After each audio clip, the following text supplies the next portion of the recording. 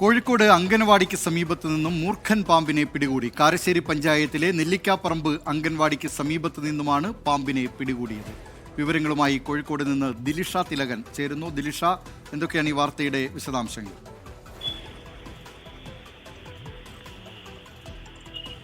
ദിലീപ്, കാരശ്ശേരി പഞ്ചായത്തിലെ അംഗനവാടിക്ക് സമീപത്ത് നിന്നുമാണ് മൂർഖൻ പാമ്പിനെ പിടികൂടിയിരിക്കുന്നത്. അതായത് ഇന്നലെ വൈകിട്ട് ഏകദേശം 3 മണിയോട് കൂടിയാണ് ഈ സംഭവം ഉണ്ടായിരിക്കുന്നത്.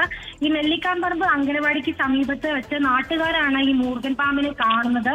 പിന്നാലെ ഇവർ ഇതിനെ പിടികൂടാൻ ശ്രമിച്ചപ്പോൾ തൊട്ടടുത്ത വീട്ടുവളപ്പിലേക്ക് ഈ മൂർഖൻ പാമ്പ് ഇഴഞ്ഞു പോകുകയായിരുന്നു.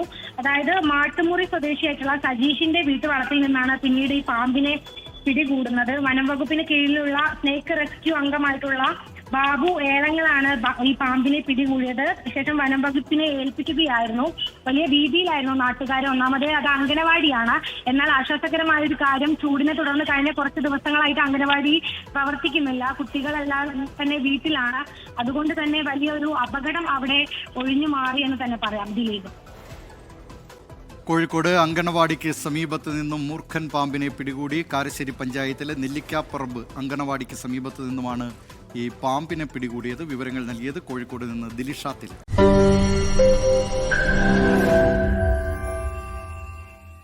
ലോകത്തെവിടെയായാലും ഏത് സമയത്തും 24 വാർത്തകളും ഓഗ്മെന്റഡ് റിയാലിറ്റി പാക്കേജുകളും എക്സ്പ്ലെയിനറുകളും വിശദമായി കാണാൻ ഞങ്ങളുടെ യൂട്യൂബ് ചാനൽ നിങ്ങൾക്ക് സബ്സ്ക്രൈബ് ചെയ്യാം.